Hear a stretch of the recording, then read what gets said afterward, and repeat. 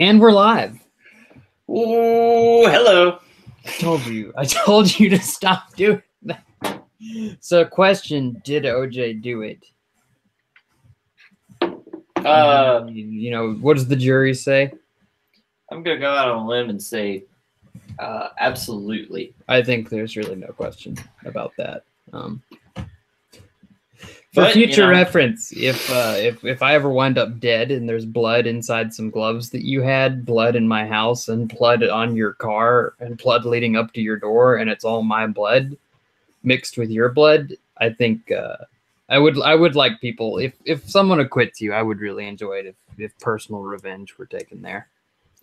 Well, I mean, add on to my probable steroid use and status as a raging professional athlete. Yeah, I wouldn't blame you for seeking personal revenge. All right. Cool. What? What are you working on? A painting. I'm just not going to show anyone. I'm going to keep it this zoomed in the whole time and see how they like it. That's fine. I wish I could zoom mine in more. I've got a rudimentary setup. You don't really want that. Trust me. Probably not. It is always the case that I step back from my paintings and I say, this looks good, but I get in to work on something and just start crying. I think you might need some help with that. Do you need some sort of assistance? Yeah. Do you need an assistant? I would love one. Outside of like talking about what I'm doing, this is the first time that I'll ever be having a recorded conversation while doing a painting. Well, you shouldn't be nervous about it because we had Pete on and he talked the entire time without pausing and he did like 3 or 4 paintings. It was probably one of the most remarkable things I've ever seen in my life. It was astounding. I couldn't possibly pull that off. I believe in you. Yes, so I'm going to zoom out. I'm working on a gold star painting coming out of the Rift here. It's a continuation. It's one I didn't plan, and it's just an in-between for 2 different stories. So I was like, I got to get this thing done quickly because it's not on the schedule. I've got some projects coming up.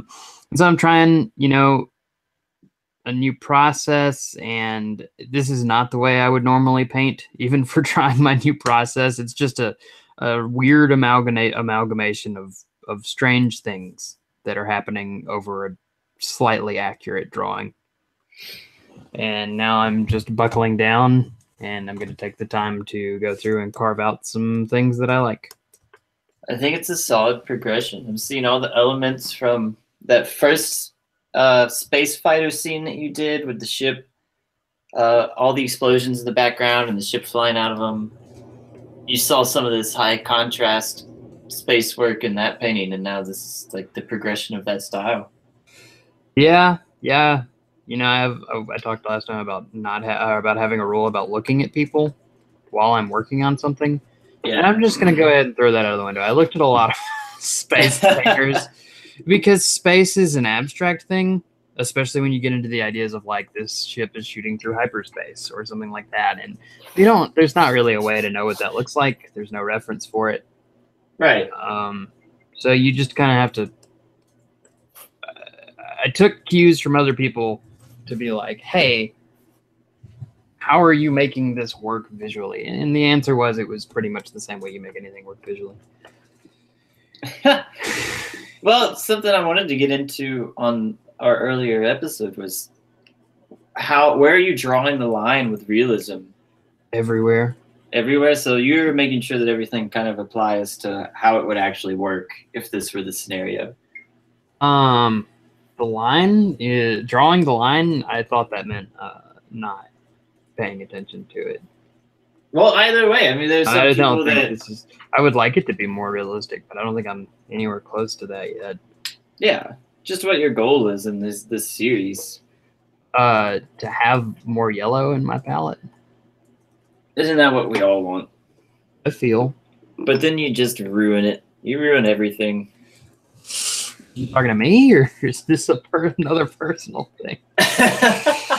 Just assume I'm always talking about myself. Bonus episode. Welcome to the bonus episode, everyone. We're working it out. Hmm? We've been talking about having a real hangout episode, and we're finally there. Yeah, except no one's hanging out with us, which is what we always talked about. So we're kind of blowing it, but it's okay. You know? It's all right. That's why I want to set up the Discord so that people can just jump in. And I mean, you can even, one person can screen share on a call. I don't think you can screen share to a community, but it would be cool to set up a Discord so people can talk to me while I work. I'm doing that with my Patreon. I don't have a Patreon yet. Don't go look for it. But you will. It's getting set up right now. You're working towards that. You'll have a Discord for that, and we're working towards Patreon for the podcast. Yeah, I actually had the Discord set up for it, but no one's on there but me. So I just go on there and talk to myself, and it helps me really get through the day lately. That's a joke. That's what I typically do on here. I'll just hop on Google Hangouts by myself and just sit there. Again, very sad. Very sad. It's all right. I'm used to it. So I can talk. Sometimes my best paintings come from when I'm talking on the phone, but I'm horrified by what I say sometimes because I'm not actually paying attention. You're just kind of joking around with friends, and that's not the case here. Yeah, I've been on the receiving end of some of those phone calls, and a lot of stuff has changed. I've learned to accept Be a better person. Many things. Oh, I was hoping for what I said. What are you doing over there? I can't see you because I'm working, and I work digital, so I have to be looking at my painting. Oh, I'm finally working on a personal piece after wrapping up that portrait. Getting a series of paintings ready to submit to shows. So this is the first one of 2018. Little figure series. I'm trying to blend, like we were talking, my abstract elements with my more figurative work and kind of find the balance there. So yesterday I just kind of attacked this painting with a lot of broad, vivid strokes, and now I'm searching for forms in that and where I want it to go. Okay. That's basically what I'm doing, except not. Did I had no idea I was working on that ship. I thought I was working on the other ship. Anyway. I hope that no one epileptic is watching because I think that Google Hangouts is like switching back and forth when it records, right? Yeah, it should be switching back and forth between our voices, which is probably horrifying. Do you think it actually is? I need to check on this. It doesn't matter. Well, I'm going to make everyone look at me then. Right? Correct. Okay. Now everyone's looking at me. I'm kidding. It's a joke. I would never do that to you a lot. Most of the time.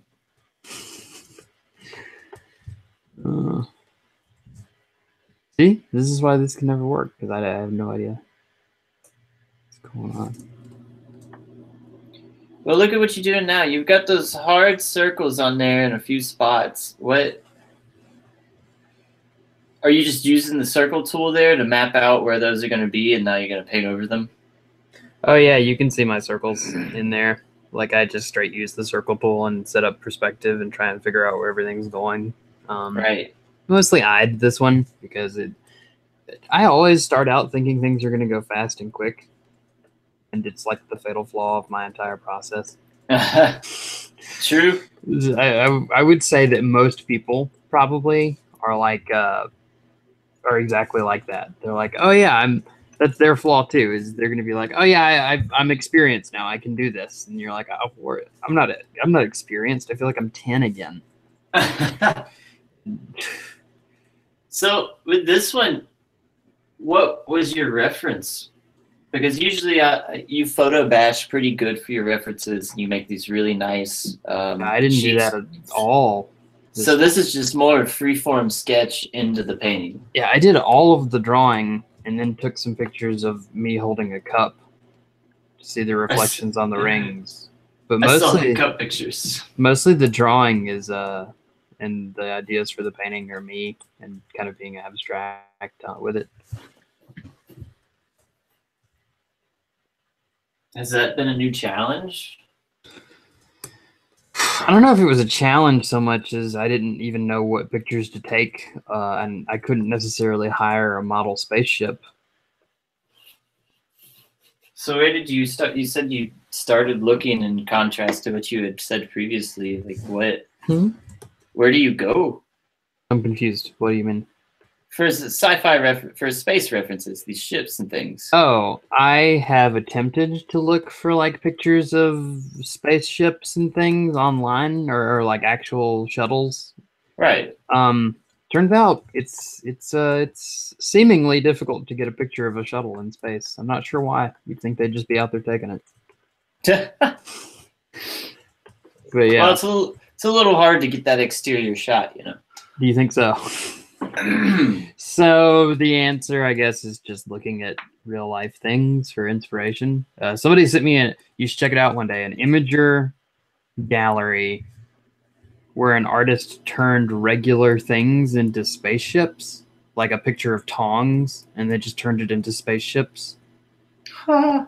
And it was pretty cool. Exact perspective from the picture and everything.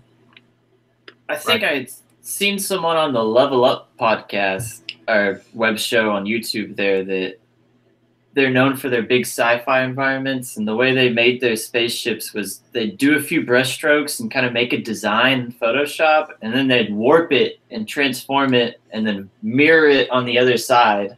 So they got this weird shape that they painted over to make into a spaceship. Yeah. See, that's not, I've never... It's crazy, but he did it, and he turned it into a spaceship that looked all right and matched the environment, and I said, okay. That's weird. I guess eventually mine will look like a spaceship, and they kind of look like spaceships. I like your design, and it follows the science of these gateways that you're working on. It's got that same aesthetic. There is no science. Well, not science, but the universe you're setting up. Yeah. I don't even know what that aesthetic is. I think you've established it pretty well. You're just unconscious of it. I mean, I can see through these I paintings. look at it and I see that it's like, oh yeah, this is nothing like the work that I enjoy doing. I enjoy painting them. And I think when I set out with the thumbnails and everything, I was like, oh yeah, I was like, oh yeah, I'm so good at composition. I bet I can just do some weird things and make it work. And this entire series has been a struggle. And so I was like, you know what, maybe, because I always do that to myself. I'm like, oh yeah, I'm going to try this weird, cool new thing I saw. And then by the end of it, it all goes terrible because I should actually be falling back on things I know how to do. I mean, it's fun, but I am not one of those people like Donato that can just pull a rabbit out of the hat brush. Oh yeah, I can relate to that. That was my main challenge last year, was taking on things that were way out of my ability level at the moment and just kind of digging myself into a hole. Like, it's important to do when you're learning, in your spare time, like when you're gesture drawing or something. But yeah, not anything you're probably going to put out there. Maybe only a few people can, or maybe the way that Donato handles those kinds of curveballs is like small things that he can handle or get reference for. Like I have too many problems happening in this painting to solve, so I don't need to make it difficult for myself. The curveball is getting it done in the first place. Of course.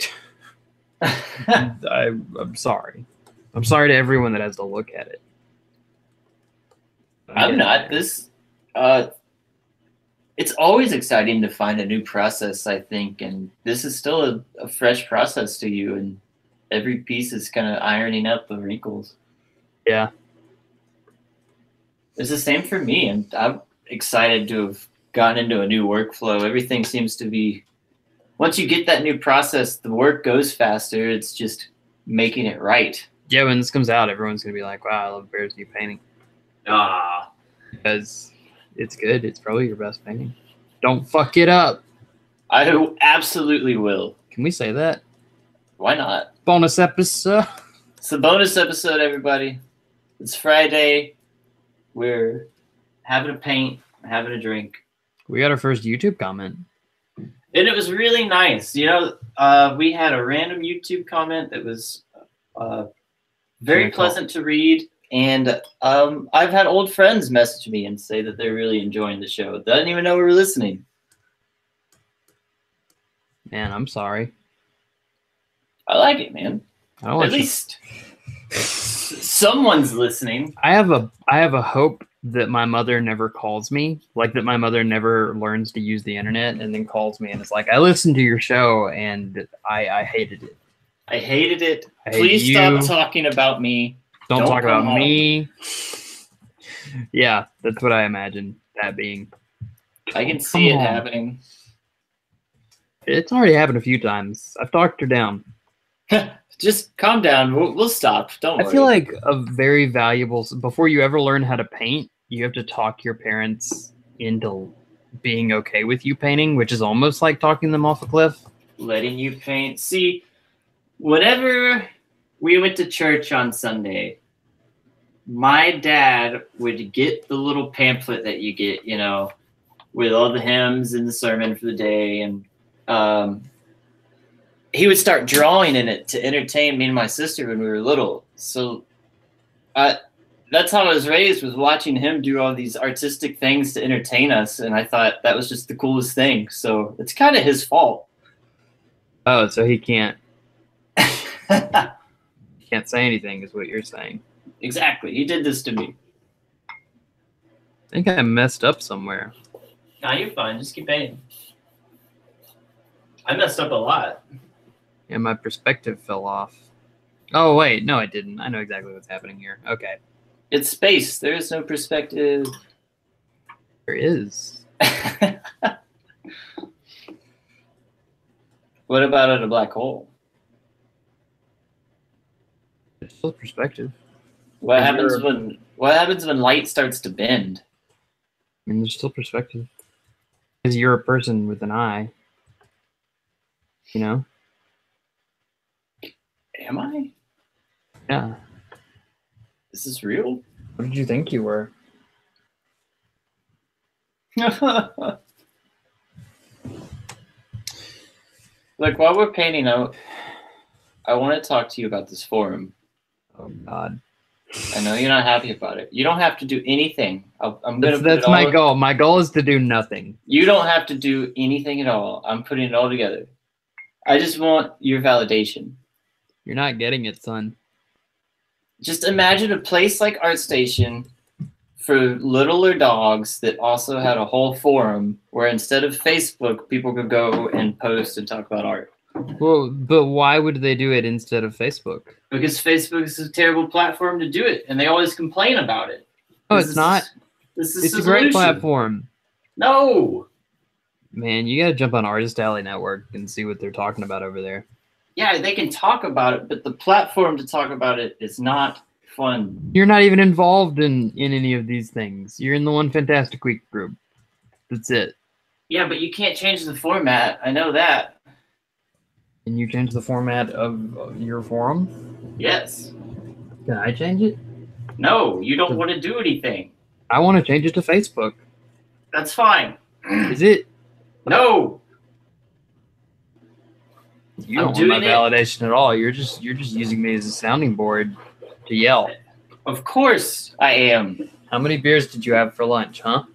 1 Sapporo and a lot of sushi. And how does that make you feel? Pretty good, honestly. I would like some sushi also. It fuels your creative efforts. Sushi? Yeah. I don't know, man. I've seen some ancient Japanese art. I don't know if you're right about that. It was creative. That doesn't mean it was good. I don't know if they're particularly a creative culture. I don't know. I've seen some pretty lucrative paintings involving octopuses. You just saw that on Mad Men. Yeah, but it's also a real thing. I know. I was just pretending I didn't for the show. I brought up Mad Men in my job interview yesterday. Really? How did that go? Did they ask you to leave or? Yeah, actually. I'm sorry. Listen, have you seen Mad Men? My goal in 5 years is to be Don Draper, Please. and they told me to leave. They said immediately, we need you to get off our premises, sir. Please get out. How did you bring it up? Oh, we were talking about marketing and where my interest started. And I was like, oh, in high school, Mad Men came out, and I was watching that, and I just really got into the whole marketing scheme, man. Question. Mm-hmm. Why are you still applying for jobs? I thought you were going to be a portrait painter. Well, yeah, I got to make money until I can be. No, that's how you do it. You stop doing what you're doing, and you already did that. And then you paint a shit ton of portraits. Get really good at portraits. And then you put flyers in people's windshields. On. Yeah. No, man, I'm gonna take a lesson from the podcast and listen to our good friend Josh Hass. Gosh, say. He said that he got a full-time job and then was able to paint full-time as well. Well, if that's what you want, just to be a little Hass replica. I love that guy. I love Josh. If you're watching, you're my best friend. Do you think Josh watches the show? No. Yeah, he's too busy being He's rich. got 2 kids, full-time job, a wife. We decided if we were going to a LexCon. I guess we are. We have to decide how to get there. I don't know how to get there. It's I don't think Pennsylvania is real. LexCon organizers, why do you have it where you have it? There's so many other options. Yeah. Well, I think they do it. I heard people say that they do it because it's like got that small town feel. Well, that's nice, and I enjoy like that. Old But industrial. Artists aren't the most capable of being able to go anywhere at any time. I can never go anywhere. No. If you have to travel out, if you don't have a major airport at where your event is, it's difficult for people to get there. Right. You're kind of asking me not to come if there's not an airport there. Buy a plane ticket, then rent a car. Well, I'm interested. I'd like to talk to some people that went last year and see how they got around. And did Bruce go? Yeah. I should just ask Bruce. Probably you just split cars with people. Things like that. That sounds terrible. And what if you're presenting? How do you get all your stuff there? We're not all Donatos. You ship it, man. That's why conventions are so hard to get into. You got to ship everything. That's a bummer, man. Have you You're heard so back upset about that. Do you know about Emerald City yet? I doubt I'm going. I don't know why they contacted me out of the blue. I did talk to the guy who was like, yeah, you're still on the wait list. And it's like, I didn't know I was ever on the wait list. You contacted me and then you put me on the wait list? I don't understand. What's happening? Right. But that's okay. If I can't go to Emerald City, I'm going to take the money I save up for that and reinvest it. I've made the financial decision to use my credit card, with its balance, as kind of like my business bank, right? It's like every fund that I have to put toward business, I'm going to throw into there. Like I'll pay it off to refund it and then reuse it to put back into my business until it becomes more lucrative for me to get a separate bank account. That'll work. Yeah. So how's your website doing? Is what I want to ask me that. Look, you're putting me on a blast. You're putting me on a Friday blast on the show. You're like, let me talk to you about a forum. Now let me talk to you about your website. It's all bad. My website's doing even worse. I don't know, and I'm not going over there to look. Did you ever take that job from Cold Press? I know. Where did we end on that? Oh, I was thinking about this morning. That I had like kind of gone off on a tangent. Yeah, I did take it, but okay. I don't want to. I have no problem talking about money, but I don't want to talk about like the job or the pay for it because like I'm sure it's all under NDA. Oh yeah, I just want to know if you took it. Yeah, I took it. Nice. Alan took a job, everybody. This is true. Alan needs to bankroll his convention money. Bear is still relatively jobless.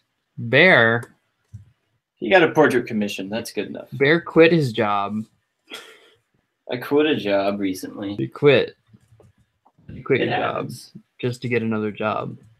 That's been my whole life. I've had many jobs. I've been a college swim coach. No. Don't go away. It's a serious question. Why did you quit your? You seem like you liked your job. Oh, I did like my job. I just needed a more lucrative job and more time to paint in the meantime. Oh, so you quit in order to take like a month off? Well, what a lot of people don't understand about applying to jobs, like real jobs, not illustration or painting or jobs you have to go to an office for, it takes a lot of time. It takes a lot of time. And you have to be ready to go to an interview at the drop of a hat. Right. You can't really have a job and interview. That's really people will call and expect you to be in the office the next day. Right. To interview. If you have a job, that's difficult. And some people are understanding about it, and others say, well, this is really the only time. Right. Yeah. Sarah had applied to, especially if you're in like a city like that, it can just be difficult because you're applying to jobs in Franklin, right? Yeah. Like imagine if you were applying to jobs in Seattle where like it's so populated that the old saying of there's always someone better than you has never been truer. It's like, not only is there someone better than you, there's a person coming in because just statistics. There's someone coming in to interview right after you, and they just came back from Africa because they were rich anyway, and they're going to talk about that on their cover letter or something, Oh, yeah. The person that you can't possibly match. The person I interviewed with pretty much told me that the other people that have been interviewing have way more experience than I do, but because of my knowledge and our phone interview, they really wanted to bring me in, and we had about a 2-hour interview. Good. So it went well, and I'm fortunate that the person that interviewed me is also kind of over the position right now and started not.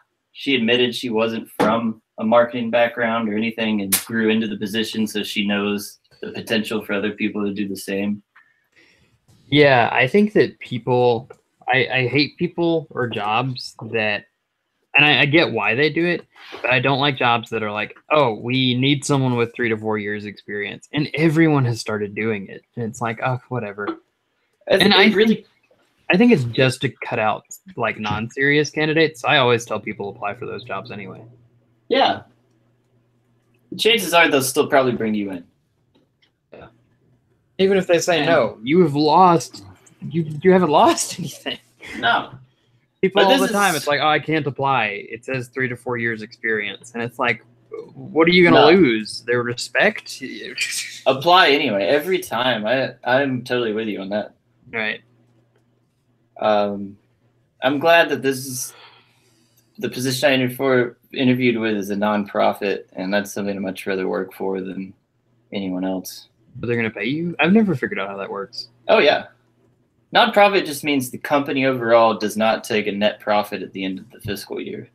It all goes back into the program or to, wherever the donation arms are reached. I want you to be a nonprofit. I want the forum's going to be a nonprofit. The podcast is a nonprofit. Yeah, exactly. The Profit Cast. The Profit Cast. The non-profit cast. No, it is. That's why we're going to set up a Patreon. It is not, it is a little bit for keeping the Patreon going because we need to probably invest in mics. But what I really want to do is have the ability to like pay our guests something, even if it's only like $5 to come hang out with us. Right. Or just like a little. Even fund things, if it gets out of control, it's like, let's take some money and buy someone a convention booth or give them a scholarship, I think it's a great idea to host sweepstakes with that money. Yeah. Or even just juried things that the two of us decide on. Right. Whether or not people are happy about that, someone's getting the prize.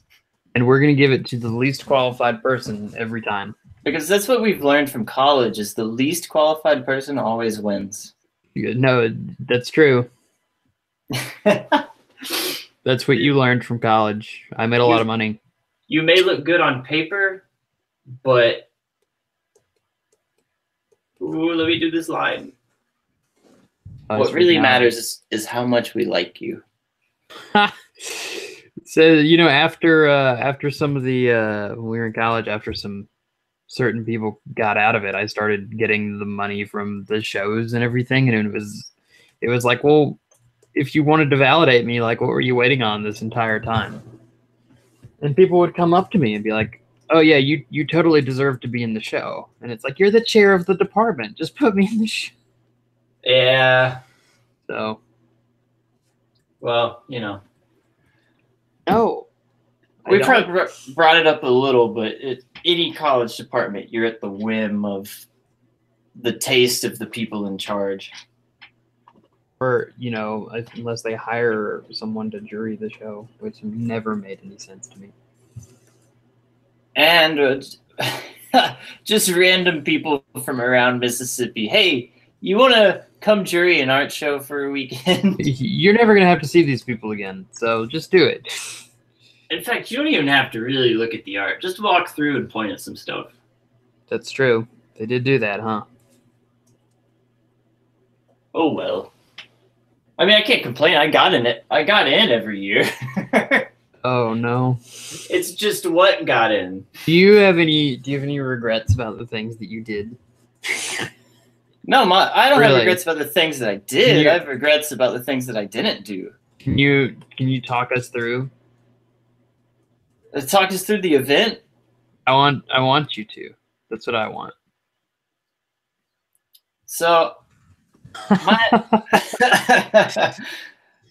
my junior year, let me open another burp.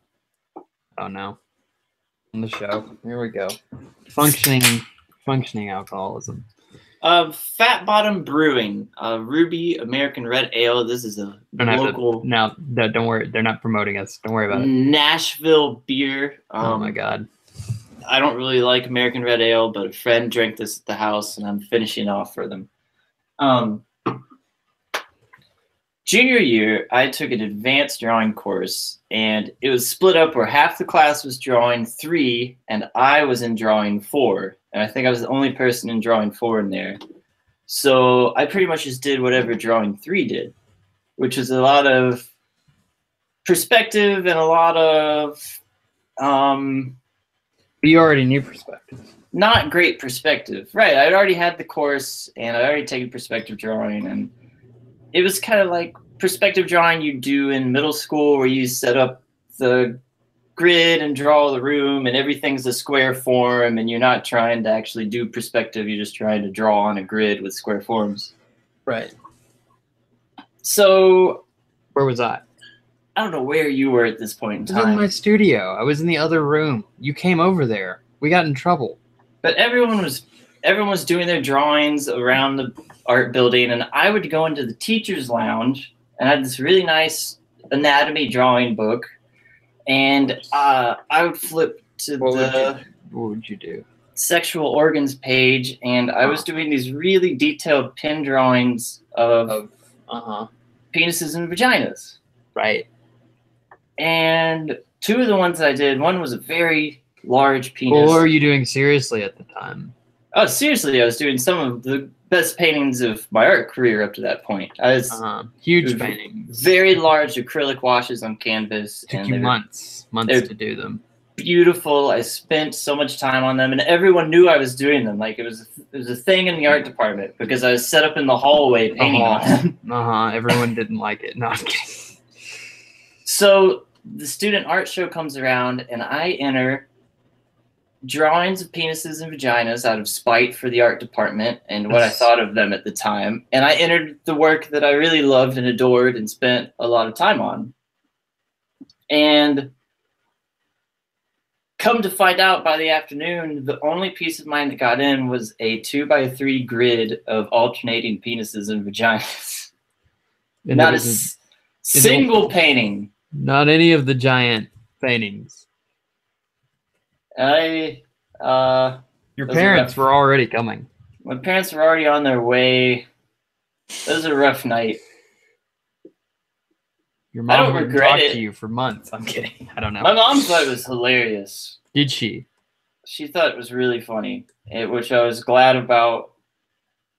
She understood why I did it, and she just thought it was really funny. Okay, good. That's what they're paying their money for, right? Totally. Well, they weren't wrong. They were good drawings. I mean, they're not bad drawings. I They got told their friends.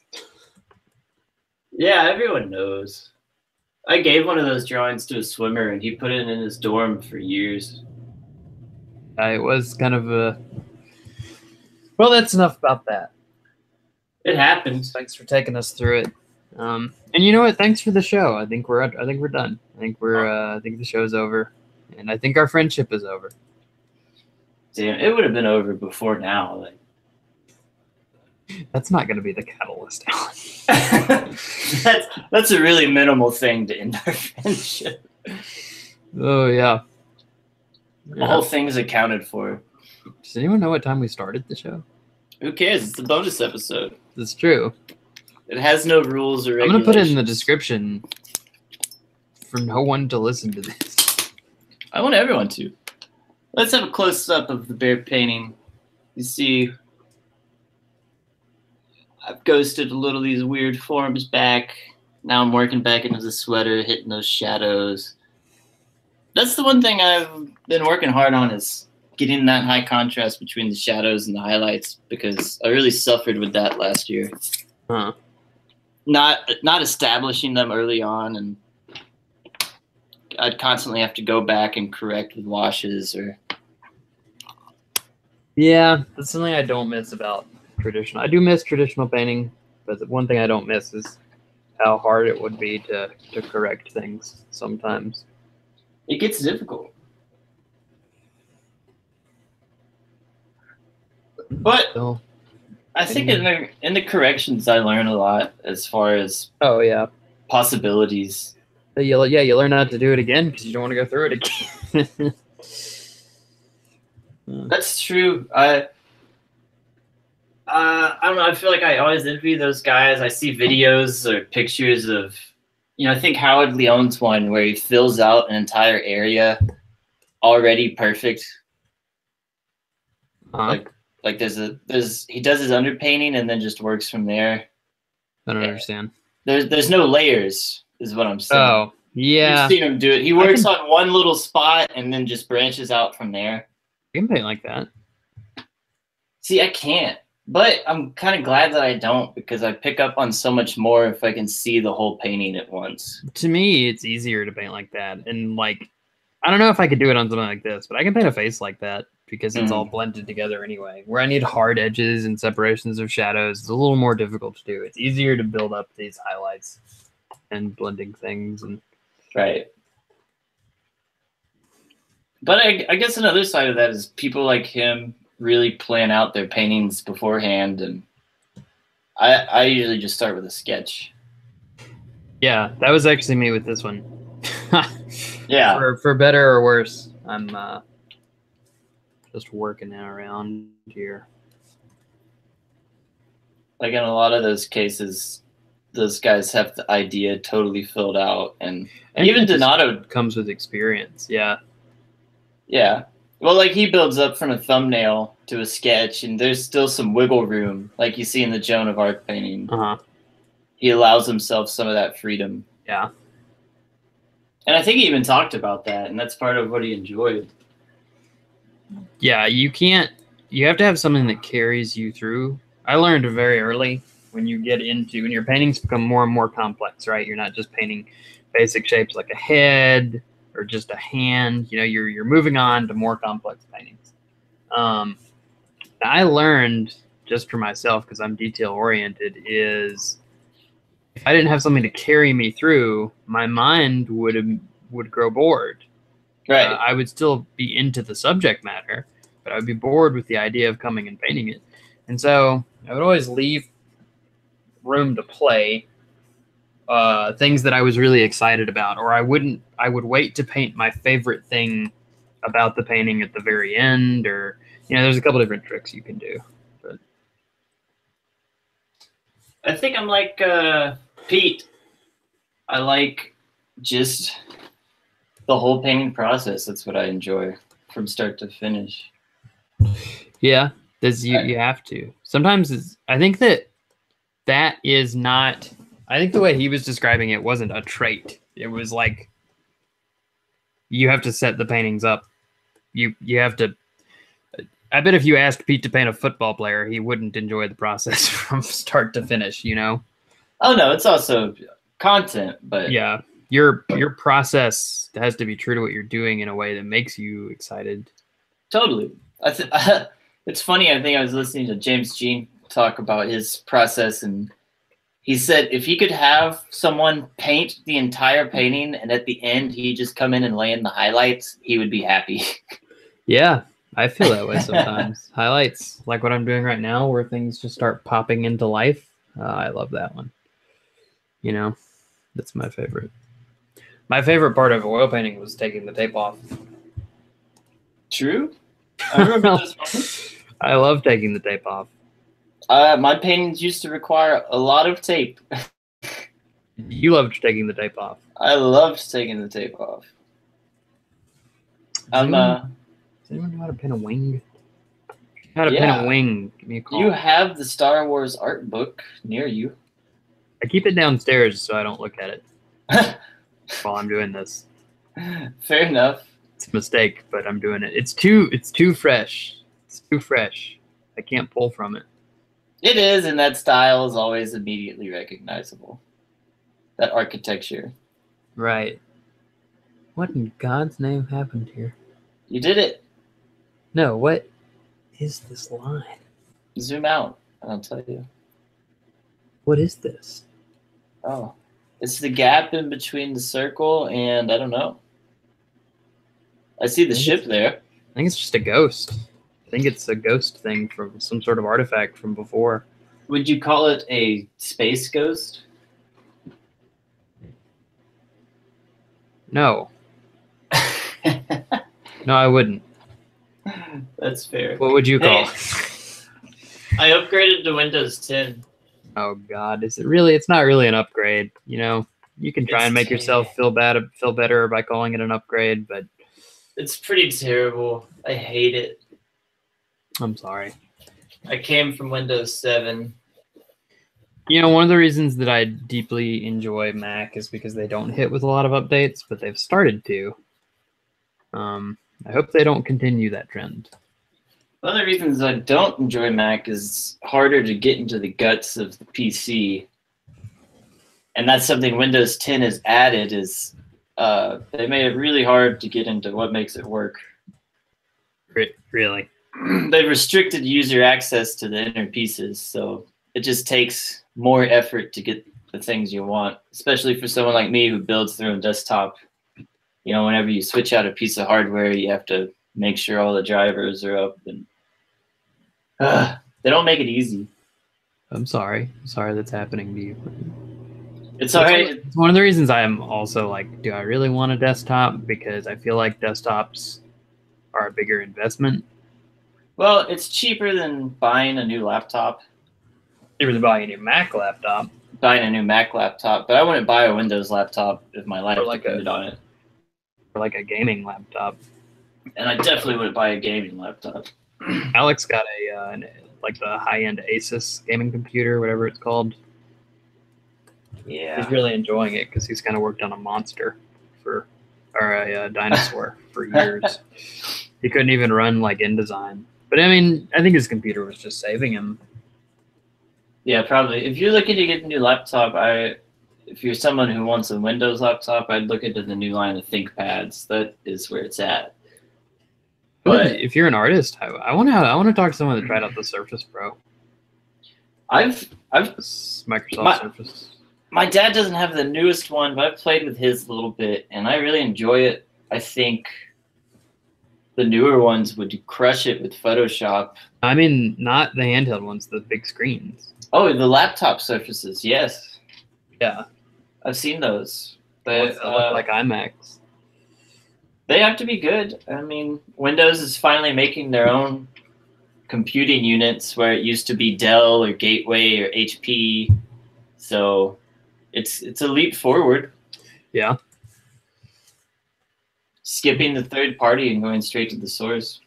Well, that's good to know. I'd be interested if their screens are good enough to work on as good as the Surface tablets are. Yeah, because I imagine it's easier to compress things. Right, down. The bigger you make it, the harder it's going to be to digitize. But again, I did hear when I was doing my research that like the levels of sensitivity, and I still don't know if this is true or not, but the levels of sensitivity that a Wacom can get to now are actually beyond the levels of sensitivity that we can feel as humans. So it capped, like the whole technology capped, and everyone's caught up. Yeah, of course. Any tactile digitization is going to have the human limit. Like, right. what's the point beyond what we can conceive? Yeah. So that'll be interesting. I don't know what else they could improve upon. Like with the new Cintiqs, I feel like that's taking it pretty far. Yeah. Yeah, I've seen a few of those. I want to try out a Cintiq one day too. Apparently I'm doing Norwest Cons Art in Action. I'm not in the gallery, but I'm doing this thing where they give you a free table. It replaced their artist alley. Okay. So you sit at a table and you set up all your equipment and you just kind of work, and you can have prints behind you to sell, but you have to be working. And I'm not fond of that. I don't think you should work while you're trying to interact with fans, but I'll take what I can get. I mean, I like teaching and stuff, so that'll be fun. Well, it sounds like their aim is to have an interactive booth, huh? Yeah, I don't think it's going to work. I don't think people at conventions really want interactive booths. I think if you were working in a sketchbook or doing these ink drawings, it would be interesting. Yeah, but I'm not going to spend the time to do that. And I don't think it would be beneficial for people. I can do comics. Well, it would be interesting if you did some gesture, maybe ink drawings, but you brought a stock as well. So as people see you draw, they can also see on the table you have some drawings there, and like, oh, this is what he's doing. He's pretty good. I might as well buy one. I don't think anyone would want to buy my ink drawings. I mean, I can find out. People love your drawings. I love your drawings. You just like my cartoons. Your wife was just in there complaining about my cartoons. She was enjoying them, but your drawings are incredible. Yeah. And you'd be encroaching on a bunch of digital artists with your physical media. But I like my digital art. I do it the same way I can do drawings digitally, and I print them out on the spot. You know what? I'll bring a printer. No, I won't. That's a lie. That's a bald-faced lie. I'm not bringing a printer. You crazy? I'm just saying, if you can sit there and show them the magic trick over and over. I'm not doing it. People just like to see traditional art being made. It freaks them out. Yeah. Well, you can go somewhere else to see it.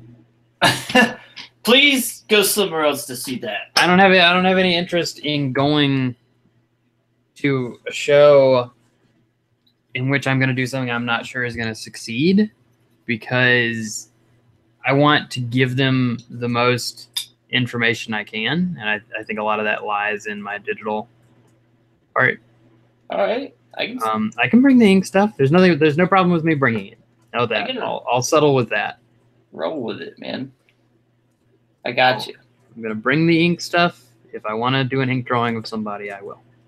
I can even set up and say ink drawing, $5. $5. $5. Come get it. I'll draw you in ink poorly. I don't know what I'm doing with this wing, so I'm gonna step away from it for a bit. You got it. Eventually I will. I know that I can paint myself out of all this, so I'm not like super worried about anything. But Yeah, you're in a fun stage right now. say that. Nah. True. I guess I can just kind of loosen up and pretend that none of this matters. Well, you're just establishing all of that BS. Yeah, I'm establishing the flat shapes before I move into a. One cool thing I learned is that in space, things that are moving away from you, are red shift. I think is what it's called. So they appear red. The things that are coming towards you or that you're moving toward appear blue. And I'm not sure how space determines that, but I've set that up in this. That would change depending on the galaxy that you're in.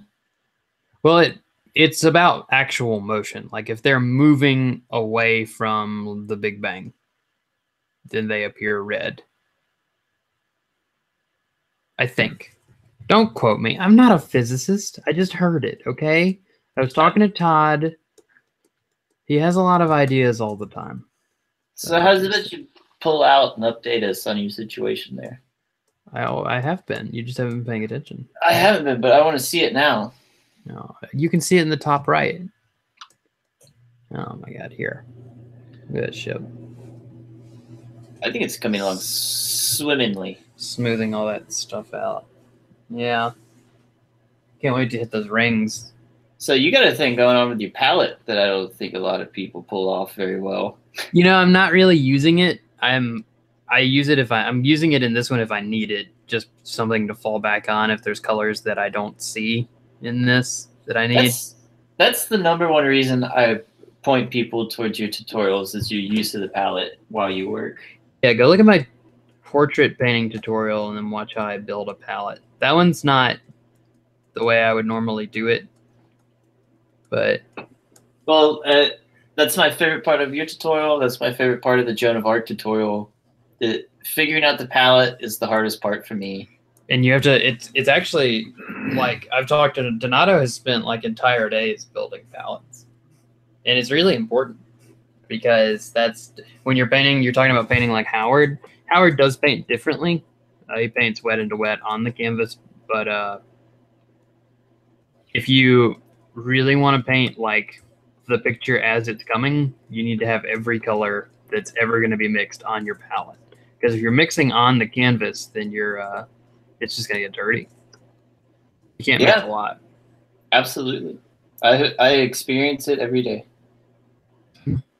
I want to be that tough guy. I'm not cleaning my brush ever. Yeah, you don't have to. Yeah, you don't have to clean the brush in that scenario either. So that's why I enjoyed it. That's why I dove into it. Anyway, it helped me a lot on this last portrait, establishing all of that beforehand. Because you just look, you pull what you need, and it's ready to go. Right. And if you need more, you already have the value right there. Mm-hmm. I have no idea what I'm doing. Do you ever? No. I need to pour another drink. What time is it? 2? I have no idea. It's 4 here. Holy shit. It's 2. You know what that means? I shouldn't be. But you are. No, I'm actually hoping to get this painting finished by, if not tonight, then tomorrow morning, because it's just supposed to be a quick sketch. But I don't know. We'll see. I'm right there with you. I hope to get this painting done tomorrow. Sometimes painting a week. We're both on task. Oh yeah, I was late. You were late, but you got it done. But I'm working on this one now, so I kind of made up for it, right? Oh yeah, we're both working much faster. Yeah, I was trying this new gradient map method out, and I think it does work sometimes. But my last painting that I did, it kind of failed me, and I think the next one I'm gonna I always do this too. I'm gonna reevaluate, go back to how I used to paint, maybe try some things out, and see how I feel about how quickly I can do that. Because I'm kind of painting the way I normally do here with the blending, and it's looking extremely fast. So I'm starting to think I just need to stick to my guns. Well, yeah, you're taking that every time I get a new process in my hands. I do it the first time exceptionally well, and I get excited. But then the second time, some pieces are missing. And it just comes down to mixing what I know to what I've learned. Right. Because it's not going to work the same for everybody. I like to have anything crazy in my arsenal at the beginning because I want my underpaintings to be almost indistinguishable. We're talking about that play. Like that's what I need. Otherwise, because I'm one of those people that like when I learned about art, I had to force myself to kind of use big brushes and stuff because I just get too far. I'm too in there all the time. Mine, for some reason, my big brush fetish. Well, oh no, you have a small brush fetish. Sorry, I have a small brush fetish. I don't use big brushes out of fear. It's just, I don't know. When I first started drawing, I made really expressive lines, and that's the major thing I've tried to take into my painting. Is I start everything just putting those hard, crazy little lines in there and building out of that. So we talked about Notan paintings last time. Am I still sharing screen? Yeah, you are. All right. Well, you're sharing the window. Ah. Okay. Let me change that. Alan's coming, everybody. Okay. So this should be in Todd's Smart School folder. So let me go get that. No worries. It is not. Wait. Yeah. Here we go. Because I saved everything. Todd's class. Notan. So this is Charles Fulkard. And it's Notan is only black and white, kind of big brushes, and all the black is connected. The traditional way of doing it is doing the entire painting without lifting up the brush. Well, it's really figuring out how to utilize that negative space, huh? Yeah. And I think that not that you should paint like this, but I think, we got away from it. But I think that you could heavily benefit from practicing doing like big paintings like this, big brush strokes like this, or like doing it but with a portrait. I mean, look at these things. Those are great. I think you should. A big 2-inch brush and really get in there. Look at that. That's not a person, but it is. I think that's my final practice space, is really starting to push that negative space and learning how to use it correctly. That's the one thing missing from my work, I think. The one thing? I sure. I think everything's missing from my work all the time. That's the one thing that's on my mind right now. Of course, there's many things, but that's an area I've probably avoided because it's so daunting to me.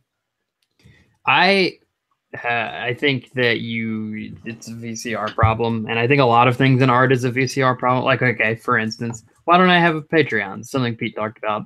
I can think of a million different reasons, but the real answer is I'm just not doing it. But that's what it comes down to. When VCR problems are this idea, like when your parents don't know how to work the VCR, right? And you do. Well, the only reason that you know how to work it is because you like dove in there one day. You were excited about getting a VCR or a DVD player or an iPhone, and you just dove in with no fear, and you learned how to do it. And now you're like an expert at using your iPhone or your VCR. And then every time your parents want to use the VCR, they call you. They're like, we need you to set the VCR up. So anyway, that's what I tell myself, because that happened to me, or with computers or things. I'm like the guy people call in my house. So I always think about that whenever I'm scared of something, because it's like, if I just jump into this unknown, I'll be an expert at it. All I have to do is do it like a lot. Yeah. And learn it. I think you're right. And if that's not true, it makes me happy. So no one should tell me that it's not. Well, that's how it was with me. Towards the end of the year last year, I was doing a lot of digital work, a lot of drawings, and it was finally time to paint again. And the question came around, like, why aren't I painting? Oh, yeah, because you had that job. I always forget that you actually work sometimes. Well, because it's the job and it's just actually doing it. It's getting out there and always doing a large painting. It's traditional format. There's just it, especially after you work digitally so long. It's that stutter of, oh yeah, this is, I'm putting paint on canvas now. It has to happen. I used to have the opposite problem when I first started working digitally and going back and forth between oil painting. It actually bolstered my confidence in oil painting because I thought I had Command Z and I didn't. Yeah. My mind was like, oh, I can do anything. And then my finger twitches like, oh, the brushstroke isn't disappearing. Oh. Well, it's the same. One of the greatest lessons I learned in school was doing those weekly sketches in pen and having to do them in pen is no more. It takes away erasing, which is something I was always really comfortable doing. And it's the same, limiting your palette, which you've always talked to me about, the same bounds from taking things away. It's weird. We both got different things out of that. I got that I should never be forced rebelled against it. You should never be for what and against what? I learned that I shouldn't be forced to do things, and I heavily rebelled against it. Oh yeah. You did that a lot. You did that a lot. I am a terrible student. I'm the worst student. Only in the classroom setting. I think when you're involved in something direct and fully transparent, that you are 100% in. Yeah, I have to be involved in the process. 100% transparent is a good point. And I have to be involved in the process. That's why Smart School is so good for me, because I was the only person who could do it, If you asked me to do an ink drawing every week, you're not critiquing my ink drawings and saying these are good or bad or this is what I should be working on. You're just making me do them. There's no reason for it. I mean, there is probably a reason, but you're not telling me. It's not helping me. What I could be doing instead of those ink drawings is painting. I would love to do that. Don't make me get into this. I know we had our whole education series, but you make a good point of doing work that's purposeful instead of repetitive and just to get it down. I make both points.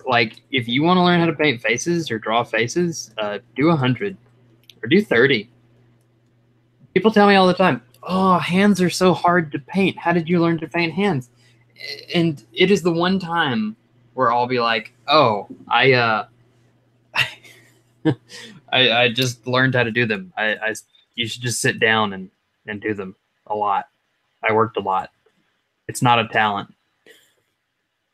Well, it's true, and it will always be cyclical back to that one point. And you think of the masters and how they learned to do it. They had no resources. They just looked around them and said, well, I guess I better start drawing these things over and over. Better start figuring this out.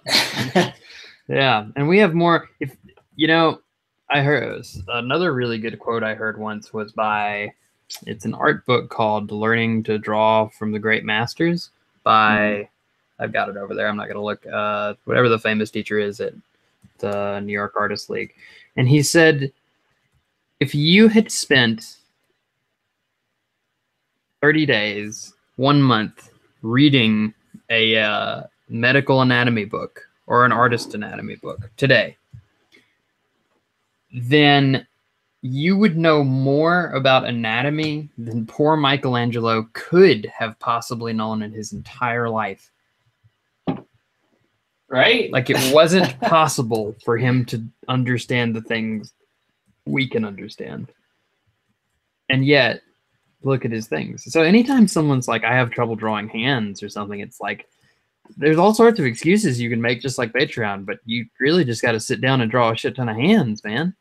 That's what it comes down to. That's what changed it for me. It was last year I decided I was going to figure out how to paint portraits, so I painted portraits until I figured it out. That's a good, yeah. Well, we talk about working out, right? If you can't do pull-ups, I guess you just shouldn't do pull-ups anymore, right?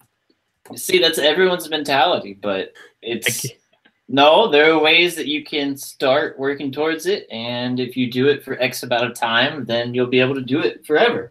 Right. You see X amount of progression. Working out is great because you can actually see progression. And to be honest, it helps me in painting because I know that progression exists in the same way. Because I know that it's not just my muscles, it's my form, it's the way I'm thinking, my mindset. And I turn it around too all the time. And I think I said this once when we talked to Mark, is the biggest thing for me, because it was when I was learning to paint when I started working out, is thinking, if Donato can sit there for if Donato can paint Joan of Arc in 2 days, then I can get through this 30-minute workout. You know, if I can't bring that same amount of determination to my life, then I'm never going to be up there. It's a competition to me. Well, I think that every artist should train physically, if not just to physically experience what that progress is, because it's applicable to everything. That's true. Yeah. Progress. You know, people talk about Frank Frazetta. Frank Frazetta was extremely fit. He was a very fit person. And that's why he could draw people so well, because he could feel his own muscles. And it's like there's a story of when he was doing Fire and Ice with Ralph Bakshi, I think the guy's name was, that directed it. And the artists would draw the person running down the hill. And he could just look at it and say, that's not what a person looks like when they're running. I can feel it. And he was like, that's not right. He would run up and down the hill and be like, sketch me right now. This is how someone looks when they're running. Because he could just feel that it wasn't right. It looked right. But it wasn't. It wasn't right. Yeah. Of course. And that's the other thing, is that as you are physical and active like that, you begin to really understand how your body works, and you can call it out in your work. You can say, well, I know what that feels like now. It should actually kind of look like this. Yeah, I do that. Just being like, I know how the stress on that arm would feel now. Which is a good thing. Do you think that spaceships need wings? Because they don't. No, of course not. But they look cool when they have them. But I guess. I mean, I always thought that it was implied that they're made for also landing on Earth, right, or a planet. Whenever I see it in sci-fi, that's what I'm thinking. Planning ahead. Yeah, so this giant ship here really doesn't have any wings because it can't. There's nothing for it. It just kind of sits in.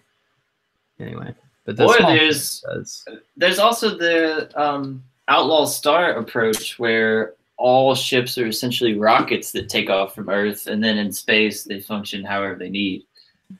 Right. Or there's the Gurren Lagann approach, where you think about it really hard and you can turn your ship into whatever you want. Huh? As long as you understand the power of the spiral.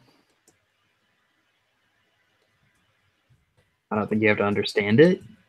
You just embrace it. I mean, all those guys, I think they were all idiots, but they could use the spiral energy. Oh, yeah. Every single person in that show is, in fact, a huge idiot. Horrible. Yeah. Talk about getting inspired to just do something. If you guys haven't, even if you don't like anime, go watch some of the first episodes of Gurren Lagann, and Kamina is very inspiring to just. Or the stuff. Last. It's the most inspiring show there is. I think that's the whole point of the show. Is to be inspiring, because it's all about people who feel constrained in their inability to do something, and then they're then overcoming it. Never feel inability, everyone. You can do anything. Yeah, you can do pretty much anything. And if you don't believe in you, believe in the me that believes in you. No, don't believe in the him that believes in you. Believe in the you that believes in yourself. Which is the truest sentence I've ever heard. It's important. To me. To us. Copyright infringement everywhere. Oh, have we? No. I think that only counts if you're monetizing things. And, fun fact, since Patreon works as a donation basis, you can pretty much give away anything you want as a reward. So, if you're doing nothing but painting Pokemon art, you can't be sued for it because people are just donating, and then you're sending them something. They're not buying anything. See, don't you think that's kind of wrong? Yeah, 100%. Sakimi-chan's still going strong over there. I didn't even know who that was till Pete told me. I'm just upset about it all the time now. Is that the one doing Pokemon furry art? Yeah, well, they do like nude hentai fan art. Yeah, that one. Don't get me wrong. I think their paintings are actually nice in some spots. But because I started following, when I talked to Pete, he told me to start following because I needed to be aware of how quickly other successful artists are coming out with work. Right. Not for any sort of business thing, like not being in direct competition with them, but understanding what it actually takes to be a professional. Whether or not you agree with Sakimi-chan's work, for instance, it doesn't mean that it's not work that's connecting with her fans. Of course. On a visceral level, which is what we're all trying to accomplish.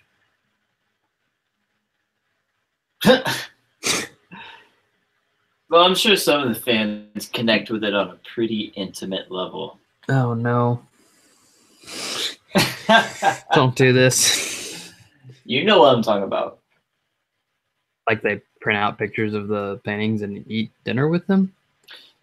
I would not be surprised. This is going well. I'm ghosting stuff back for the first time successfully. Found some forums. I'm happy about it. So was your plan, you went to lunch, right? Yeah. And you came back and you're painting. What's your usual schedule look like? Are you on a schedule yet? You need to get on a schedule, man. Yeah, I'm pretty much on a schedule.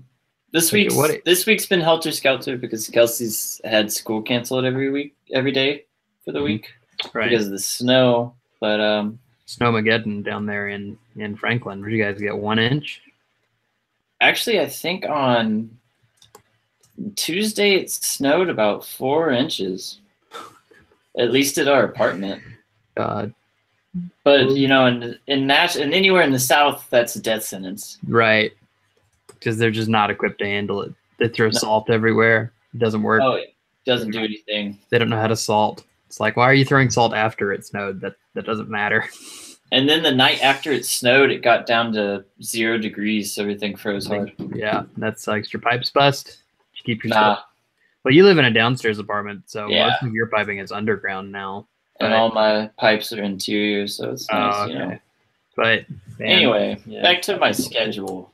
Oh. Yeah. How come you're not working 8 hours a day? Typically what I do is I wake up and if Kelsey's going to work, I get all of her stuff together, send her off, and I'll study for the first hour. I've got a test coming up for a certification. What are you studying? So it's a strength and conditioning certification. It's a lot of anatomy and physiology, and then some nutrition and some sports psychology. Okay. They tie a lot of stuff together, but I do that for about an hour. It's just refreshing from my master's degree. And then I'll paint or draw until lunch, which is probably good. 3 hours, and then paint until the end of the day. I mean, that's why I have 3 different paintings going at any given time. Is if I get tired of one, I just switch to another. So my schedule is just painting every day until I get this job. I would say I get a solid 7 hours of painting in every day. And last week I got more in for that portrait because I'd paint on that and I'd switch to this painting. And then late at night, after Kelsey went to sleep, I'd go back to the portrait and kind of do detail stuff and tighten it up. I paint much better at night, I would say. Okay, that's good. Okay. Sorry, I was trying to solve a problem there that I created poorly.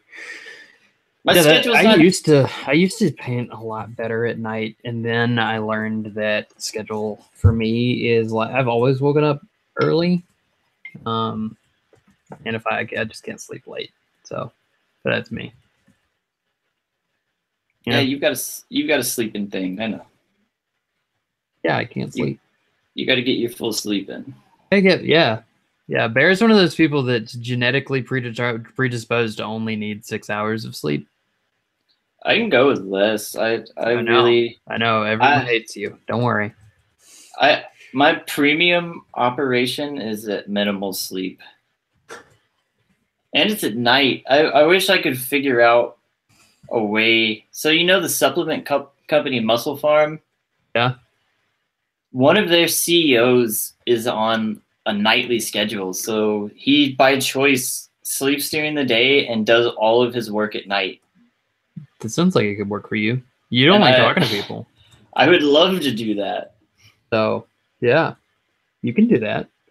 What I would do, some of my best work when I was learning to paint, when I was in school, I loved the Christmas breaks and summer breaks, because what I would do is wait. And I've heard a friend of mine went to University of Penn to be like a brain surgeon, and David, and he was, this is the person that made like 36 in their ACT, could have made higher, you know. And so he goes, and there's people that are smarter than him there. And anyway, so one of the first classes he took was like the benefits of studying or something like that. And what they told them is, it is actually better for you to be the most productive. It would be better for you to get 2 different sleep sessions of 3 to 4 hours each twice a day, because like you wake up, you go to class, you go to sleep, then you wake up and do homework, and then you go to sleep again. Right. And it keeps your mind somehow more involved. I guess that's a lot of maintenance. I'd rather just stay up and, I don't know, sleep whenever. Don't get me wrong, I hate sleep. It is the bane of my existence. I wish I never had to go. Well, it's crazy. When I was in high school and middle school, I'd stay up until 1 or 2 in the morning just playing around in Photoshop or doing whatever. And it was just normal at the time. Like, I never missed a beat. Yeah, that was high school. That was life. Sometimes I wish I could stay up painting, but I always know that it'll come back to bite me in a day or two. Like, I'll eventually need like the 12-hour session of sleep, which I hate. There's nothing I hate more than waking up after 8 hours and feeling totally useless or drained. It is terrible. It's a terrible feeling. Don't go through it. It's tough. I have no idea how I did it in college, honestly. A lot of coffee and protein. I think 1 year I was taking caffeine pills for an extended period of time, just like it was a normal thing to do, just wake up and take one. Yeah, I remember that. And it didn't even have a jittery effect on me on that point. It was just staying awake. Yeah, at one point you stopped taking them because they weren't doing anything for you anymore. Pretty much, and that's when I figured, like, this probably isn't good. I should just stop. Right. For everyone watching, by the way, you can see that I photo bashed a little bit in here. I did that for my underpainting because I was seeing a little too constrained and was like, I need to find some shapes and colors that are just not natural to this. And they're not a lot. I don't like to photo bash a lot. And as you can see, they're just kind of being blended in. And that's that. You always do it in a very nice way. I do it very rarely. When I do it, I treat it almost like I had like superimposed it on my actual painting or something. Like I had painted it and it's just part of it. I don't know. Well, this is also different because in some of your, I remember you doing the archetypes and the character portraits. Your photo bashing also had like lots of resource material in there, garments and sheaths and hilts and things. Oh, well, I'm talking about like I'm actually photo bashing on top of the painting. Oh, that one was specifically for reference. So I do photo bash every reference because I want to see how things interact and see how the colors interact. That's something I never said. I should probably do a whole thing on Patreon coming out. Look for it. No, that should be one of videos. Your Patreon goodies is your preparation. Yeah. Again, my favorite part of any tutorial. Gonna be well, I'm gonna have in process and time lapse videos. I'm gonna set up a Discord server where it's only everyone could look, and I'm gonna be it's only me posting in-process shots every like 5 to 10 hours. Hours? Or 3 to 4 hours. I don't know. The beginning of a day, halfway through, it'll be a lot. It'll be at least 10 to 20 pictures of painting, I would say. I don't know. I haven't done it yet. It's like I can't really answer it. I think it'll do good to boost your audience. Well, I'm trying to make my passions. Well, I'm passionate about what I'm doing, but make my constant passions and what I'm doing meet, so people can see my paintings and they can. I'm also getting an opportunity to teach and interact with people. And they can support me. I think this is the best point in time to do what you're doing, because look at the video game industry and how there's been a shift from, okay, yes, we have people that are still playing games, but they're also now dividing their time between playing games and watching people play games. Oh, really? I didn't know. Yeah, that's Twitch. That's Discord. Oh, yeah. I've never gotten into that. Why would you watch someone play a game? See, there's a huge amount of people that enjoy playing games, but on top of that, now they're also watching people play games. So the market is always there for that, no matter what. Answer my question. What was your question? I was distracted by how awesome what you're doing is. Why would you watch someone play games? No one knows, but people do it, and they toss out a ton of money to do it. I don't want to watch you play a game. I don't want to watch you play a game, but we play games together. I guess I technically watch you, stupid shit you do that I have to pull your mage ass out of. Hey. I believe you have that flip-flopped. I don't know what you're talking about. I've never run into a situation and fireballed myself to death. Not one time, have you? Not a single time. And I put money on it that you can't prove it. Well, my point is it's the same in our field, as people will always want to see, no matter what you're doing, is how you paint, and how you paint's awesome. So I love your idea right now. Of what? Oh, I've been waiting for you to do the Patreon for so long. Surprised at how quick this ship kind of came together. It's just a lot of big shapes right now, but it really, like, look, I'm going to merge this layer. Okay, I'm going to turn this off and on. You ready? Yep. Oop. Oh! It took like, what, an hour? I love it, man. Look at that. I'm excited to work on those flames and stuff and getting to the wings. Nice. You got to see me really just use nothing but the blending tool. Well, you did a lot with it. 99% of what I do is the blending tool. Fortunately. No, I've been trying to get into the OPEC painting.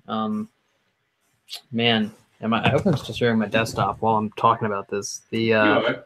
Oh, no. Oh! We're going to go over to Facebook so you guys can see everyone that talks to me. We're going to go to Carlo Ortiz,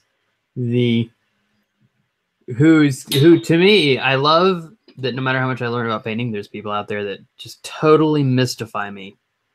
And she is one of them. And she posted somewhere, probably in her photos, here it is. She says that it's just a sketch, initial concepts. This is what initial concepts look like for me. And quickly get a clear idea. And it's like, this is great. Look at this. It's awesome. It's just I'm pulling it into preview. It's what we all want. It's just some big brushstrokes. Lay it on top of each other, especially like over here. You can see all those brushstrokes. So I want to start painting more like this, kind of opaquely on top of it. Just see how it goes. I've always found it interesting, the difference between that, which I think is amazing, and then say that they'd want that to be even more fleshed out for, say, like a magic card. Right, because those aren't. Well, some people do magic cards like that. If you really get into a Tyler Jacobson painting, then you'll find that he's basically doing the same thing. And I think they learned to paint somehow similarly. I know that they both have the same representative, which is Do they? that representative is awesome. Let me tell you, So if you get into like this big painting of a lich, and it's one of my favorite. these cloths are just brushstrokes laid on top of each other. I mean, there's a little bit more detailing in like the face and stuff, but in the rough areas, it's still just brushstrokes. Right, like that becomes the penultimate skill. Once you master everything, is your brushstrokes are already how they need to be when you lay them down. Right. There's no more editing. It's I know how this looks. Here it is. Here's a good example. Like, look at these. It's just brushstrokes laid on top of each other. Look at that hand. It's really just 2-3 colors and some brushstrokes. That's beautiful. Yeah. That shadow. And he's painting opaquely, and that's what I want to learn. I don't think he's using a lot of blending brush. I can see it here or there, but and he's painting dark to light too, which is neat. Oh, it's beautiful. His commercial work gets even heavier than this. Oh, yeah, like his Black Jesus.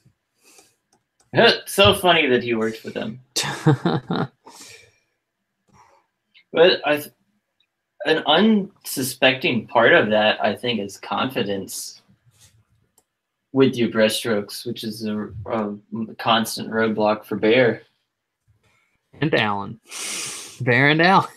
Well, it's I think what I've learned is it's always, you know how you need to do this and how it's supposed to look, but I always overthink it and I mess up the initial layer and I've got to go back and fix it.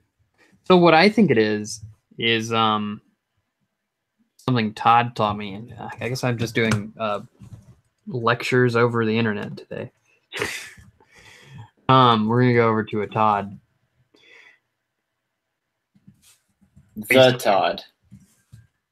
And so you're talking about being able to have that confidence. So I'll pick one that might be more relevant. Yeah, here we go. Let's do this one. Oh, too small. We're gonna go back. It's all from preparation and knowing where the light's coming from. And that's probably the best thing he ever taught me. You know, we can take this one. This actually works perfectly. So in this one, he's got only 2, maybe 3 different light sources. So you've got light coming from behind. So you know that everything facing that direction is going to be really bright. But then the modeling up front comes from this ambient light from the front. And then you can see there's some ambient light at top right reflecting off the arm there. And it gives you the ability. So what I'm saying is like knowing what colors those lights are. Tone is one thing. Tone is really just drawing. But knowing the colors, like the ambient light, it's probably bouncing off maybe the warm tones of the rocks, bouncing into pink skin, and you've got these really vibrant colors happening there. Right. And but are still kind of, it's basically purple. You've got a purple light. The strong purples, this high oranges there. And then the orange light from behind. And knowing that, you could paint this entire figure. I mean, this stuff's just modeling. That was the major leap, I think, was working out shadow in different colors instead of thinking of it as shadow. You know, taking in the reflected light and really trying to understand all of that. So that's what I'm going to have to do. Like, I'm getting the base colors of everything down, and then I'm going to realize that, you know, everything behind is red, everything in front is blue, and then go back and really hype that up. I've kind of got it going on because I set it up beforehand, but I'm going to have to go back and reevaluate.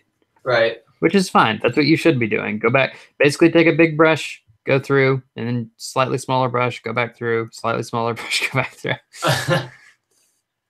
That's what painting is. That's all it is. Anybody can learn to paint. I could teach my dad to paint, man. Everyone to ask me, like, can you teach me to paint? It's like, yeah, you know, I can teach you everything I know about the act of painting in about 10 minutes. I can teach you how to hold a brush. I can teach you what materials to use, how to prime it, things like that.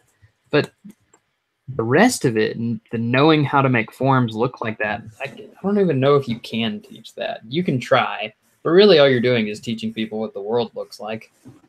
Which is right in front of them. It just comes down to practice, practice, practice. I don't think Sargent was a good painter. I think he was good at looking at the world. And that's something you see too. Like if you talk to Todd, who's really smart, he's also really perceptive when it comes to things like that. He just notices things. It's weird. Well, that's what it takes, and it goes back to us talking about experiences. Is you have to experience things. Yeah. It takes. It was something I was thinking about yesterday. Is I think now with the amount that I use the computer and look at my phone, I experience things maybe a little differently than when I was a kid, and I didn't think about any of that. And trying to get that perception where you're just taking in not only the light and feeling of the experience, but everything. It's a new challenge. Yeah. We talked about that last week. You had a friend Snapchat you or something, or they posted something about our show. They did. They enjoyed it. They're listening. People are listening. No one's listening to us. I think I'm ready to move to the other ship. Oh wait, I haven't done this wing. Damn it, Bear. You don't need the wing. Take it off. What's it doing? It's just sitting there. This ship is going to represent an early model of a warship that's based off of the Hercules Beetle.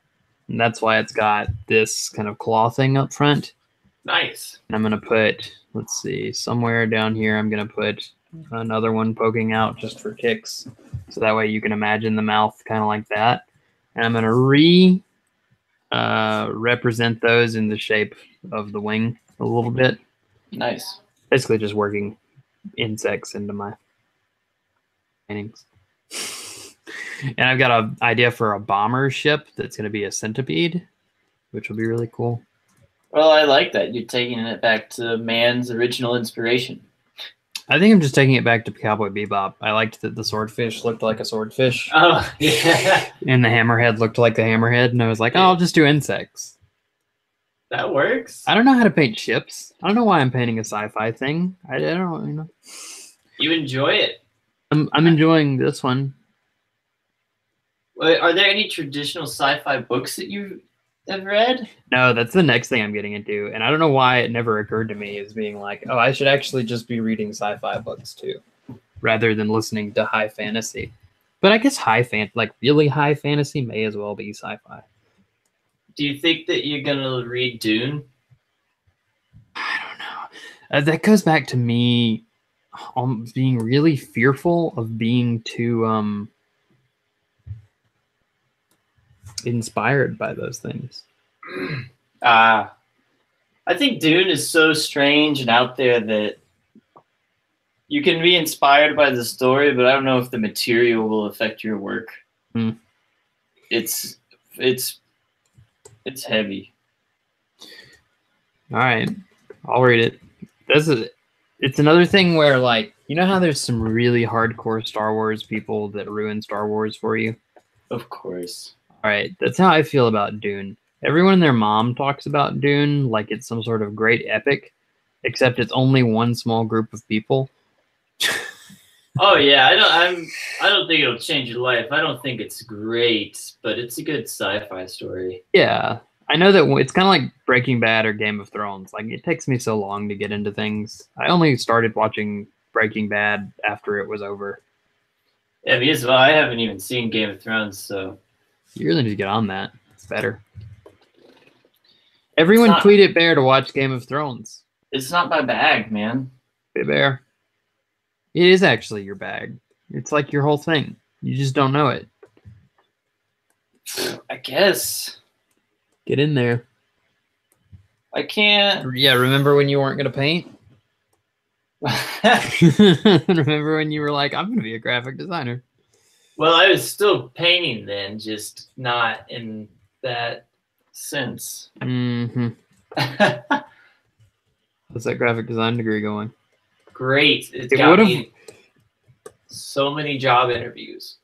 To be fair, it would have worked out better. It would have worked out better if you were thinking monetarily. You would have had a really great. If I could have clung to Nathaniel and let him just take me in instead of the worst class we've ever had in college. I've often found that if I really didn't like a class, I could always tell whether it was the teacher or me because I could test it by not coming to class and seeing if the teacher cared. And they rarely cared. Aren't you supposed to be in class? I am in class. People were always so baffled by that. Like, I went to the Union for coffee so many times. You did leave a lot. I left constantly because no one ever said anything. I did that all the time. We used to drop out and go get pierogies. We would totally just leave campus. We wouldn't even be there. It's like I'm in class and now I'm not. But it's okay because there were days that the teacher wouldn't show up to class. It's true. So the standard was low, to say the least. Oh, man. We should, as long as you're not breaking bags of ice outside your car anymore. No, I had to quit that. Really? It's an unhealthy way to live, I'd say. Do you think so? I know so. We did think that drunk college days were a good idea. Well, because at the time they are, and I encourage anyone in college to make time for fun. We made a little too much time for fun, but you should make time for a little fun, or else you go crazy. Are you encouraging underage drinking? I don't think we can do that on the show. I don't think I can say that. I just encourage you to have fun. I encourage everyone in college. We might have both been 21. I don't remember. One of us was. One of us was. Who was that? Oh, of course. Yeah, you're a lot older than me, right?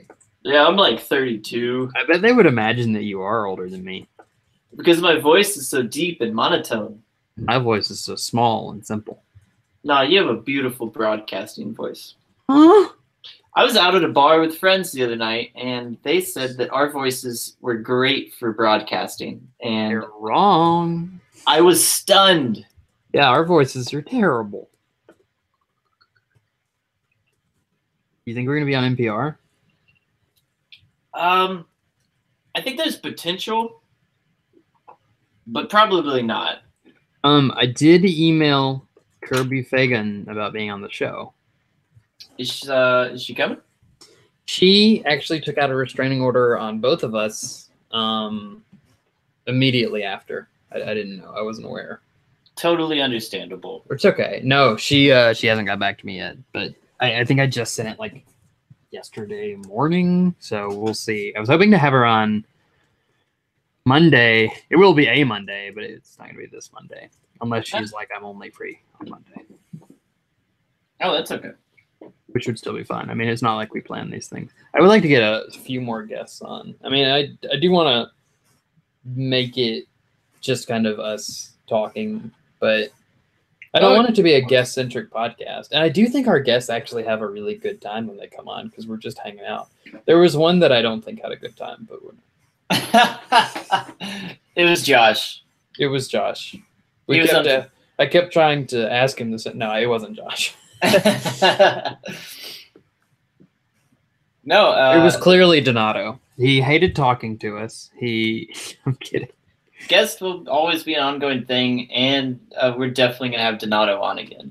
Yeah, he was excited about talking to, because I think he wasn't pressured, and I didn't do the thing that I think other people do, which is like we asked them about their education, which a lot of people I think don't do. Like for some reason, education is this glossed over topic in everything I've seen. Well, what I've seen with a lot of interviews like that or discussions is it's the life story and education fits in, but most of the conversation is about what's happening now and the commercial stuff, and it's not a focus on the foundation behind it. Right. Which, I mean, it doesn't need to be. You don't always. We could easily be an education podcast, but there's really only so much to say. And I think that we said it. I think that our friends helped us say it. Oh, I think that between us and our guest, it was covered in a great way. That it's something I wish that a resource I wish existed before art school, because there's really, like you say, no one talks about it in depth to that degree. You know, they just opened up the Smart School class sign up again. I saw. So it'd be interesting to have someone on. I mean, we already had Bruce on, but it would be interesting to have someone else on that specifically to talk about those types of classes. Because I used to feel very differently about them. And I still do. I still think, and I wrote them a letter. I don't want to get into it because, I mean, it's not a bad thing. I'll just say I wrote them a letter and saying, like, you know, these are my critiques that I feel I got a lot out of it. And they listened to them, but they didn't really implement any of them. And I still think they were good critiques. So I have some doubts. It's $2,500 is a lot of money, and it's very difficult for me to ask people to pay that if they're seeking help in art. True. If the only situation I think I could rationally pay for that is I was an artist similar to Josh, or like I am right now, and I had a full-time job where maybe I don't have an art degree, but I've been working on art and I'm really good at it now, or decent at it, and I want to improve, and I have the disposable income to toss to this class. Yeah, and from what I've seen, a lot of people that are doing it are just the artists with kind of disposable income or that have jobs to do that, just like you said. So, yeah. No, I would say if you're someone who has a good head on them, kind of like me, and you really think you should be working in the industry, but you're missing something and you're not quite sure what it is, then that's when you need to drop $2,500 on, because that's the only thing that you're going to be able to buy that can help you at that point. Well, that's right, that's at the top of the mountain, though. So the scenario for you is different from a lot of people, where you were living in the South and you were disconnected from the scene that was going on, like physically disconnected from it. Right. I couldn't physically go to conventions. It was impossible. So in that situation, it's even more pressing because you get the exposure that you didn't have, and even you were able to take a class with Todd and interact with him personally. It's almost a crime that I came out of college as an almost decent painter. Not as good as some people are coming out of like the ateliers, but like I almost wish that this passion had been squashed, because it's been a struggle ever since. I don't really wish that, but the resources weren't there. We had days where we would go visit artists, like Glenn Ray Tudor, and artists are usually really giving with their information. So you don't need to pay for Smart School, but I would go visit artists just to try and talk art with people. Yeah. Because I felt very, like you said, very kind of out of it. Well, Glen Ray was a great source, and it's just that's part of the reason that we're doing the podcast, right? Is you don't fully understand what's possible. Yeah. If you're not in the environment where there's an art scene, where even Nashville is really heavy on music, but there's not a visual art scene whatsoever. Right. And that's something that needs to be continuous too, is we're not experts. We're just people talking about our lives, and hopefully we'll be professionals, or viewed as professionals one day. And somebody can come back and listen to all of this. Well, it's sharing the journey. Yeah. We're just here to hang out. That's why if you want to be on our show, we'll have you on the show. We want to know what you're doing. Yeah, come hang out with us. Come hang out with us. We'll play Baldur's Gate with you. We'll balder with you. We'll pretty much do anything you want. I would love to balder with someone. We will. I don't think anyone balders like we do.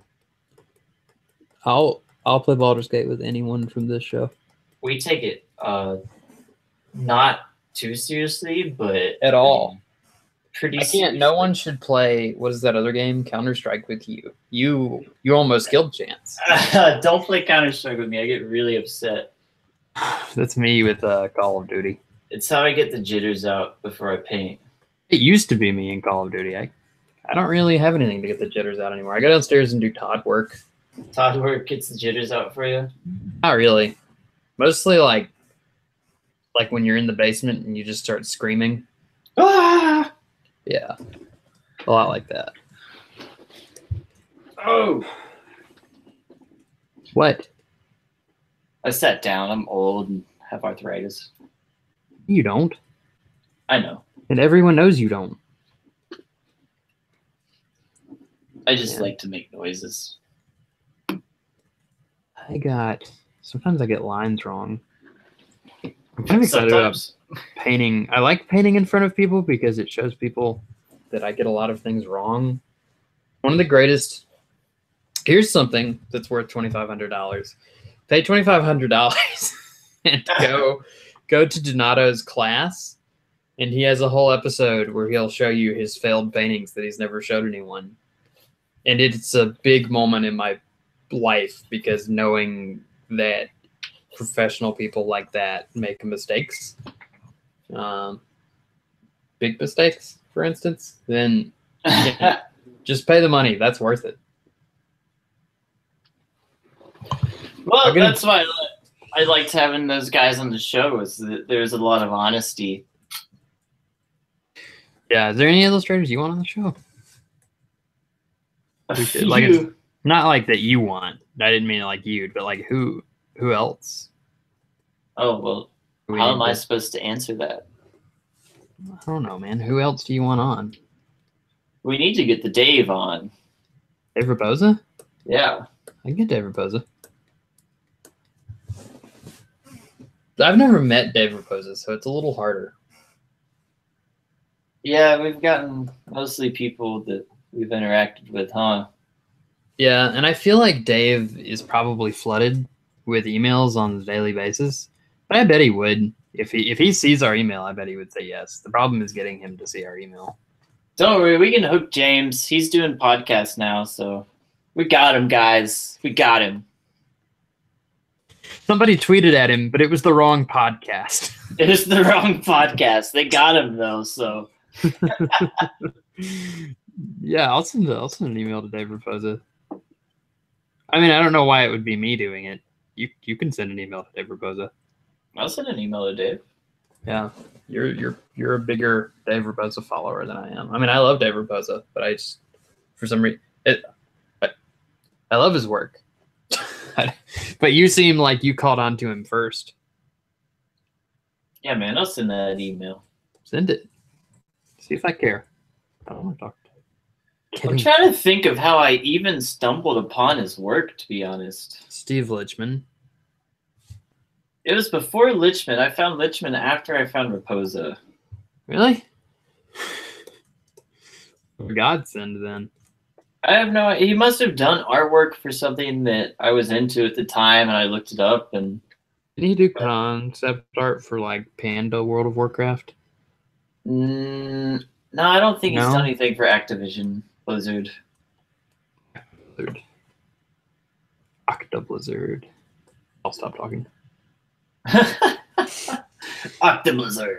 Octoblizzard. Back to the octopuses. I think we're seeing a theme to the show. We are back to octopuses, aren't we? What's plural octopus? Is it octopus? I think it's octopus. It's got to be octopi. I don't think it's octopi. That sounds crazy. You know what sounds really crazy? You painting that turbine? Calamari. I love calamari. Really? I'm a fan. Do you not like it? It's a little chewy. There's a lot of things I don't like. Alan doesn't like things, everybody. Would you like me to get tots? Somebody's cooking. I can smell it. What are they cooking? No, but I'm going to be hungry.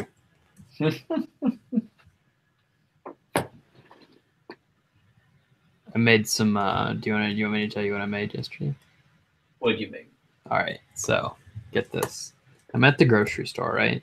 And I'm looking for I like pasta, but I'm looking for like a low carb pasta. And they have this vegetable pasta, but I think they just say that because it still has the same amount of carbs. Of So course. anyway, I stumble on pasta made from, there's 3 different kinds: black beans, chickpeas, or lentils. So I grabbed the chickpea kind and made it up with some tomato pesto, and I spiced up some top sirloin steak. I mean, it was like $12 for the whole meal. really good. I mean, ridiculously good. And the chickpeas are very filling. The chickpea pasta is very filling. Yeah, man. Chickpeas are great. I use them as much as I can. And I've never been like crazy about the chickpea health craze or anything like that, but I'm gonna get the black beans ones next time. Lentils. Never had a lot of lentils. I don't even know what lentils are. What are lentils? Yeah, they're all right. Chickpeas are more scrumptious.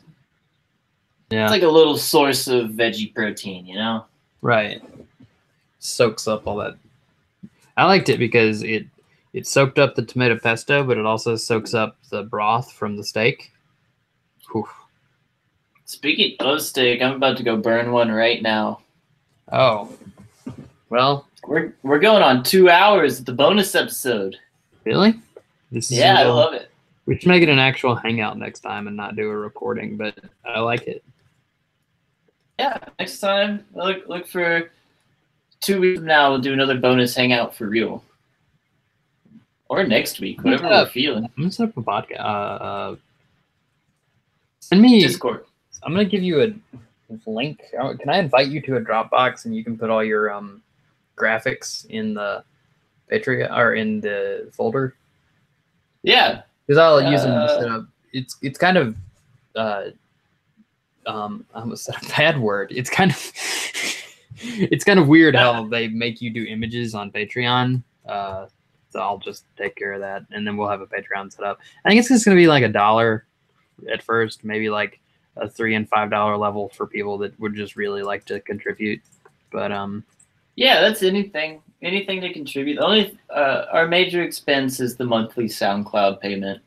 How much? Oh, I don't want to say that on the show. Great.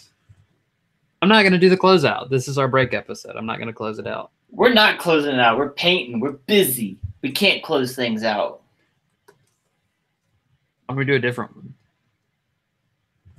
Get Kelsey in here. She's so mad. She just texted me. She said, "Are you done yet?" Oh, God. If what? If you want to find us online, don't. Come to our Facebook page. It's Hanging Out Podcast. Then join our Facebook group, which I think is also Hanging Out with Bear and Allen.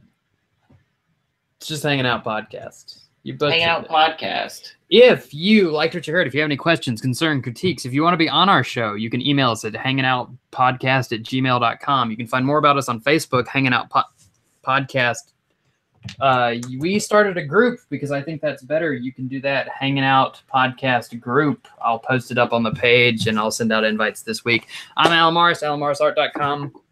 I'm Bear Isles, BearIslesArt.com. This is Evan Williams, Kentucky Straight Bourbon Whiskey. And I'm having some beer.